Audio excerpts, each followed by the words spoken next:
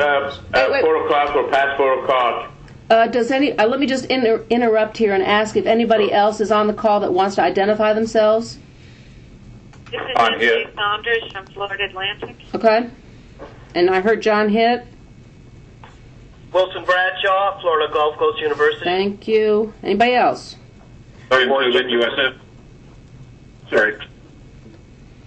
Dr. Wartzog. Okay. Dr. Wartzog. Okay, Mr. Hosseini, you have quite some attendance on the call this afternoon. Mikey, could you say who's on? I couldn't hear who all was on. Well, Could you just go over it before we start? in addition to members of the committee, Mr. Edwards has joined the call. I've heard from President Machen, Dr. Saunders, Dr. Hitt, Dr. Bradshaw, Dr. Wartzog from FIU, and somebody from USF whom I do not know. Graham Tobin. Thank you. Bob Bradley Mike, from FSU is here. Okay. Bob Bradley. Mikey, this is Dean Colson. I'm on. Thank you very much, Mr. Colson. Okay, thank you very much, everyone. Mr. Hosseini. Okay, thank you for being able to make this call on short notice. Mikey, we have the roll call now, right? You know who's on the phone. We've done the roll call. Thank you.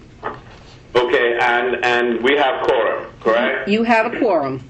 I'm just for the purpose of notice. Okay, I thought it would be helpful to review the process as we prepare to review trustee application and begin the interview process. I also want to thank all of our presidents and chairmen of the boards that are present and other members of university on this call. Each of you have received the application for the universities to which you were assigned. At this point, I ask that you review the applications and provide Mikey the names of the individuals you wish to interview. Once Mikey has the names from each of the members, she will combine the list and let you know the individuals to be interviewed. Each university has 2 vacancies to be filled for terms expiring January 2011. FAMU has 3 vacancies to be filled by us. I would suggest that identified about 5-6 applicants to be interviewed for each university. Would the members of the board confirm, please, that have received the applications? This is Ann. I've got mine. Tripp, I've received mine. Colson, I've got mine. John Temple, I will have mine on Monday. Okay. I have mine, Mr. Chairman. This is Ava. Okay. Madam Chairman, welcome to our call. Anybody from the committee that has not received their application? Okay. So everybody has received their applications. Wonderful. You also have received a memorandum, a memo identifying the members assigned to the university's reviews. I have tried to spread the work about evenly among the committee members, and there was a timeline anticipates that we will be able to fill some vacancies at our January meeting. This gives you time to conduct your telephone or personal interview, whichever you choose, and that you will be able to make your recommendation for applicants to fill the vacancies to Mikey by January 5th, 2010. She will then compile the list of recommended candidates and send all the committee members the applications of the recommended candidates for the review of the committee by telephone conference call on January 13, 2011. Any comments, anything you would like to discuss in all this stuff as I have mentioned to you? Did you say the Norman Tripp, Mr. Chairman? Hi, Norman. The interviews should be completed by January 5th? That's correct. Yes, if I know it's a pretty quick turnaround, Norm. We're just trying to if possible, to be able to finish the things up and eventually take it to our board meeting and get it approved. Okay. So we're trying to finish it by January 5th, and then we will have a conference call on January 13th to discuss it and go with a recommendation to the full board.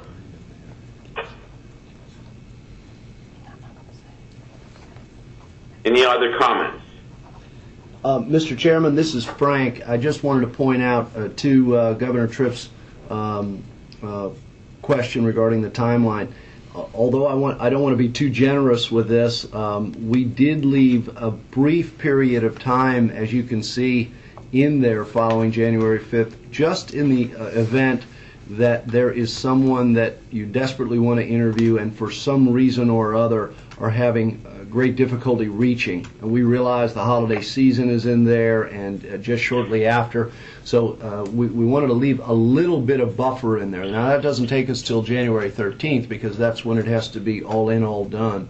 But just to afford you a little bit of comfort, should you be trying diligently to get a hold of someone that you feel strongly about, we did want to leave in at least a tiny bit of buffer for you to do that, Governor.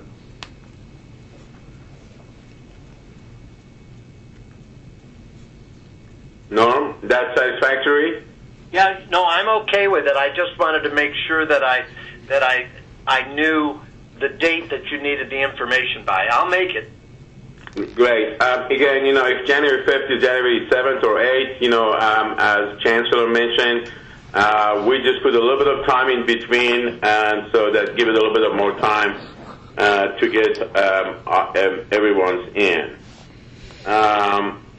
Okay. Any other questions? If not, I want to discuss the trustee selection policy. I have also sent you the trustees' applications and selection policy adopted by our board on January 2007. There have been questions raised about the statement regarding the two-term limitation and how that should be interpreted. I'd like to ask our General Counsel, Vicki, are you on the phone? Yes, I am. Governor Vicki, who worked with Governor Edwards during the development of this policy to provide us with some background information on the policy. Vicki, would you please give us some, information, background on the policy? Thank you, Governor Hussaini. In 2006, former Chair Carolyn Roberts asked Governor Edwards to work with board staff to develop a process for the appointment of trustees to university boards. And in working with Governor Edwards, he asked us to solicit input from university board chairs and presidents and asked me to review appointment processes used by other higher education governance boards in other states. We received input from university board chairs and presidents during that summer, although that didn't relate to to any kind of term limitation. It related largely to qualifications they thought were suitable for trustee candidates. In looking at the other systems, however, we looked closely at the University of North Carolina system because that system has a governance structure that is most similar to ours, in that there is a governing board and then individual campus trustee boards. And that system limits their trustees to 2 4-year terms, which I believe they viewed as a good governance practice. We also took into consideration the governor's office informal policy of limiting appointees here in Florida to 2 terms, and the fact that a 2-term limit was initially imposed by the Florida legislature when the University Boards of Trustees were established in 2001 as statutory boards, although that language was repealed after the constitutional amendment creating our board was enacted in 2002. So in the drafting process, we included a 2-term limitation, and that appears in subsection C under reappointment process. And we also made it clear that reappointment was not automatic, and that a trustee seeking reappointment would be considered along with any new nominees who apply for the position. Prior to the January 2007 meeting where this policy was approved by the board, The policy was circulated by then Chancellor Rosenberg to the university board chairs and the presidents for comment. We didn't receive any comments on the two-term limit at that time, and there was also no issue raised at the board meeting concerning the two-term limit. In fact, there really hasn't been an issue until this particular round of applications, because until now we've not had a gubernatorial appointed trustee who served 2 terms apply to the board for reappointment. We have, however, had the converse, where we've had board appointed trustees who served 2 terms apply seeking reappointment, and we've consistently advised those trustees that they're ineligible for appointment under our process. So the question today is one of interpretation of the policy and whether it's intended to apply equally to all sitting trustees or just to board-appointed trustees seeking reappointment. Looking at the language in the process, and I know all of you have a copy, one can argue it's susceptible of 2 different interpretations.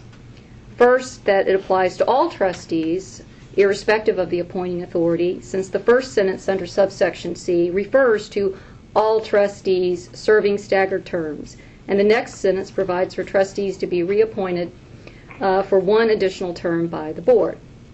Conversely, the second interpretation could be that the language only applies to trustees initially appointed by the board who are seeking reappointment by the board, because the term reappointment implies that we were the appointing authority. So, although that interpretation results in an uneven application of the policy based solely on who the appointing authority happens to be. And with that, I'm glad that Governor Edwards is on the line, because he worked closely with me on this, and I would welcome any comments that he has, and I'd be happy to answer any questions that you have. Governor Edwards? I think Vicki did a beautiful job of laying it out. I think clearly our intent was that 2 terms, we wanted some turnover. We didn't want the same people, even though they're good people and that they do a great job. We felt like, as a number of the other systems did, that 2 terms was sufficient. And I read the all as being all, meaning that a governor's appointment that has served 2 terms would not be eligible for our appointment. But I think Vicki's right. It's not. It could be made a little clearer. So the bottom line is, committee members, I think the question is that it's very clear in the policy about the 2 terms. The question is that if somebody was appointed by the governor, let's say for 2 terms, then they come to us and they say, we like to be appointed by you, or they serve maybe once appointed by the governor, then they come in and they appointed by us once, is that fulfill the 2 term, or we go and have 2 term for them? I think that's where the question is. Vicki, am I correct? Yes, you're correct, Governor Hosseini. So so what I'd like to do is to have a discussion on this. I just start by saying that it is much easier for us to say 2 term is it. Governor Edwards is right. We do want to have some fresh blood in boards. I have been through the trustee process in the last 15 years, chairing in a private university's trustee committee, and it's just very difficult. You do have some good people for many reasons that you do not want to lose. To be blunt with you, one of them, and these people that they give and give and give to university, both financially and their time. Some board members, the committee chairs that they chair the committee, they do such an unbelievable job that you do not want to lose them. So there is a problem in that department. And then, in one case that I know, we have a new president that's just, got appointed and came in, and do we want to lose the chairman of the board, not as a chair, but as a board member, and that chair was so much involved in selecting that president, and that the president is asking, please, let me keep my chairwoman, man or woman, and I need I need their help. So these are some of the questions that is coming up, and I'm opening up for discussion. Perhaps maybe a start with our chairwoman Eva Parker, and then Dean Carlson, and then we'll go down to the rest of the committee members. Thank you very much, Mr. Chairman, and I certainly thank Vicki and Charlie for their comments. I think that what makes this difficult is because we have friends and we have people who we've seen who've given so much of their time, energy, and just good service to these universities who are now in the position of having their 2-year terms end. And I think that if we look at it as individual people assigned to those positions, it will be very difficult for us to step back and make a good policy decision. I think that it is good for us to apply the concept across the board. That is, that the theory was that we thought it was good to have turnover, and we're defeating the purpose if we come back and make the appointment of someone who's already served 2 terms based upon their appointment from the governor's office. So although I know we have very good people, people who have given great service and people who we appreciate, and they've added to the university and in effect added a lot to the system, my suggestion is that we apply the rule across the board so that we reach the same place, and that the goal was that we wanted more turnover. So, Mr. Chairman, those are just my thoughts. And certainly I'm open to other thoughts from other committee members, but I just think that since as a rule we automatically send letters to those folks or send messages or let folks know who are seeking a 3rd appointment in their BOG appointment, and we say you're not eligible, I think that we should apply that same rule even when addressing appointments from the governor's office. Right. Okay. Thank you, Vice Chairman Carlson. I chair the board at the University of Miami that does not have term limits. And frankly, during my almost 19 years on that board, I did everything I could to get term limits imposed, because my experience is all of us trustees will not, or governors will not have the courage. If you start making exceptions to tell people, they have to get off because they're not as good as somebody who we gave an exception to in the past. And I think once you open this up, it really becomes a nightmare for us. And I think turnover is very good. There is still the opportunity for these very good talented trustees to go to the governor and ask for a 3rd term. Governor Chris made a couple of appointments, I think, to a 3rd term. So I'm hesitant to open this up for the board of governors to make exceptions to the rule, because I don't know how you do this in a meaningful way in the future. But I agree with Ava on this. Okay. Now I'm opening it up. Thank you. Chair, and I'd like to join in now. Okay. Who's this? I'm sorry. Ann Duncan. Hi, Ann. Yes, Hi. please. We'd like to hear you. What do you think? Well, and I totally agree with the chair and vice chair that the right long-term goal is to get to a 2-year term limit that we consistently and not, inconsistently apply going forward.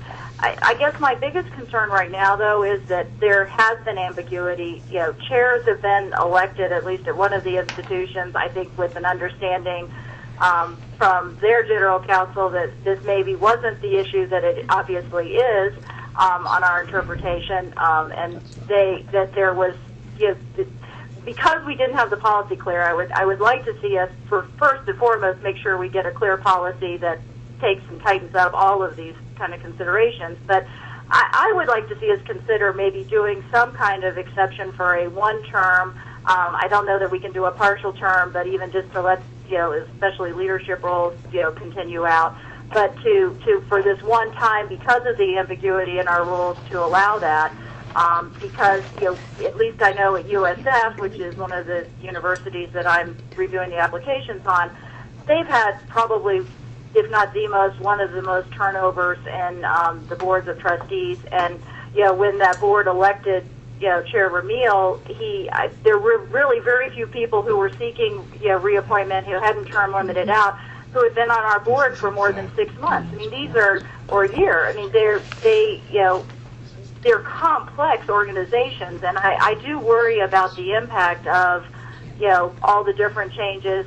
We've been through a couple governance scenarios in the 2 terms that we're talking about for all these people. And I think that there are a couple exceptions, and as FAU has pointed out, they've got a new president. I think that this is one consideration where I would like to at least consider setting an exception and adopting a policy going forward that make it clear and not continue that path. Okay.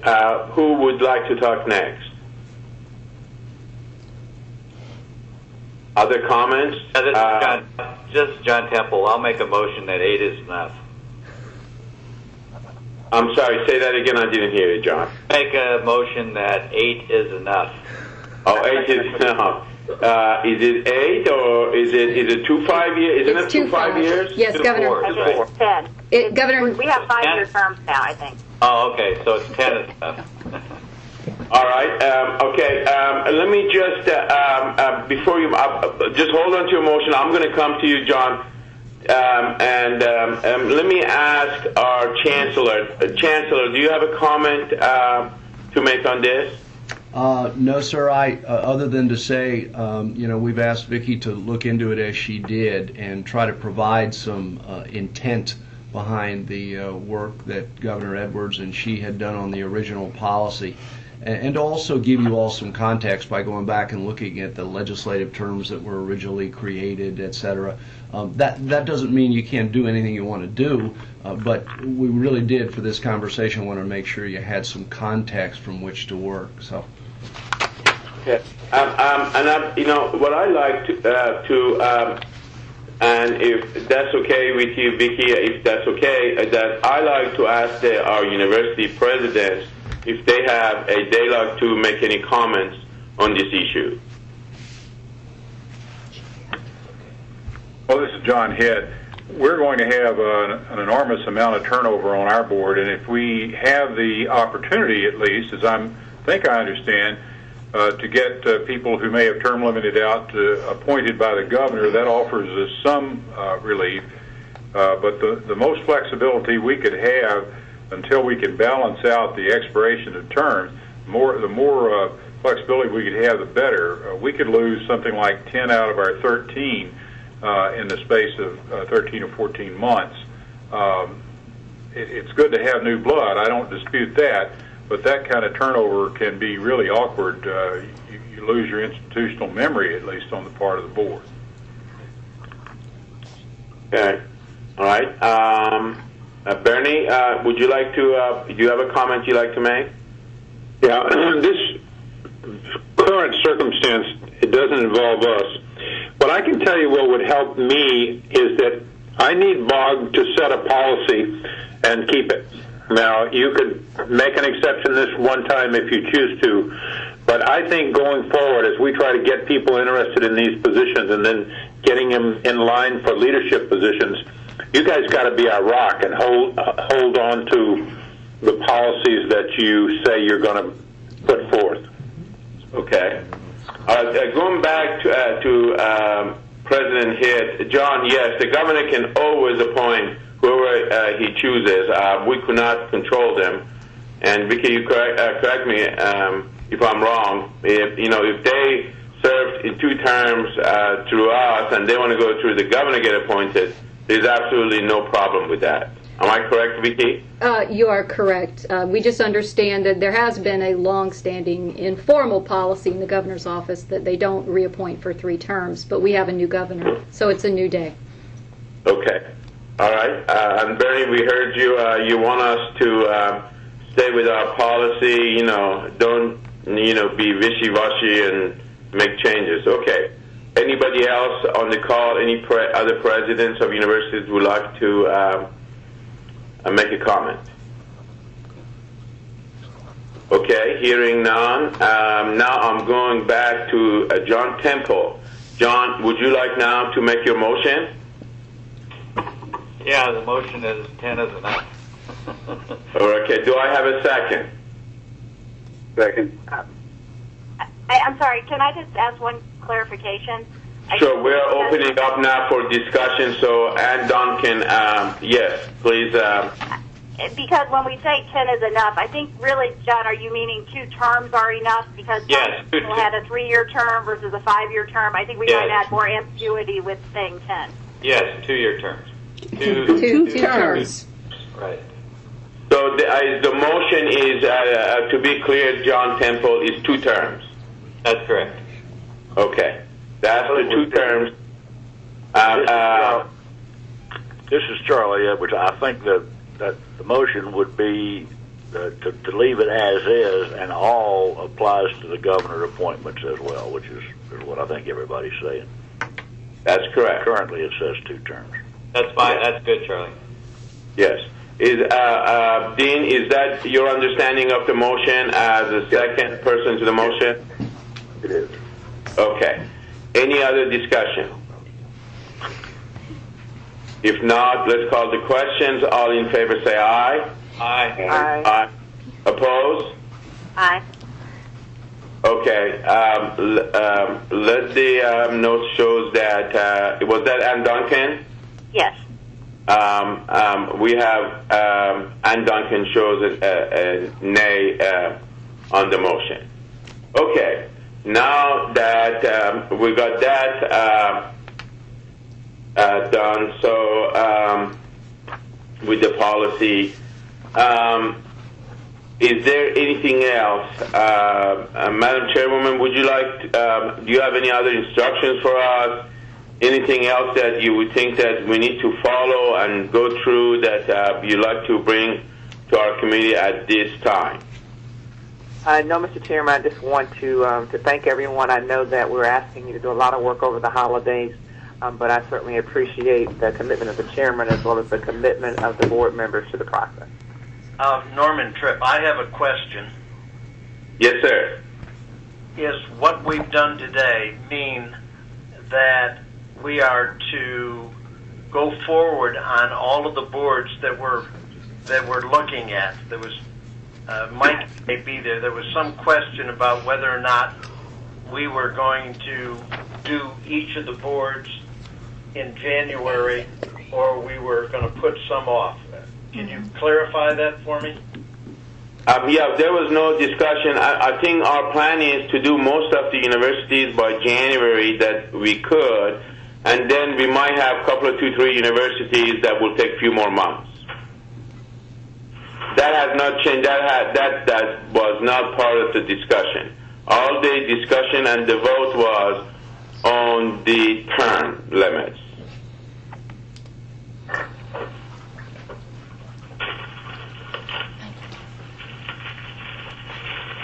Any other discussion? Anything from our vice chair of the board, Dean? No, sir. And I hope everybody has a wonderful holiday and a happy New Year. All right. Any other questions from anybody? This is just Frank, and I want to echo Governor Colson's comments. We here in the office hope everybody has a great holiday. We look forward to seeing you all after the first of the year. Okay. Again, thanks to everyone for making the call. I hope you will enjoy this process. If you have any questions, please call Mikey, and Mikey will be in touch with me, and we will try to make it as easy as possible. We try to make the assignment as to give everybody the same amount of work in a different universities. And if you have any questions, any concerns, please don't hesitate to call Mikey, and we will get on it immediately. And I want myself to wish you all a happy holiday and look forward to work with you to select. I think this committee's job is so important for us to be able to give tools to our university presidents in the form of university trustees that they can work with them and take their universities to the new height. So with that, let's adjourn this meeting unless there's any other question. Okay, thank you. I'm sorry, go ahead. Okay, thank you very much.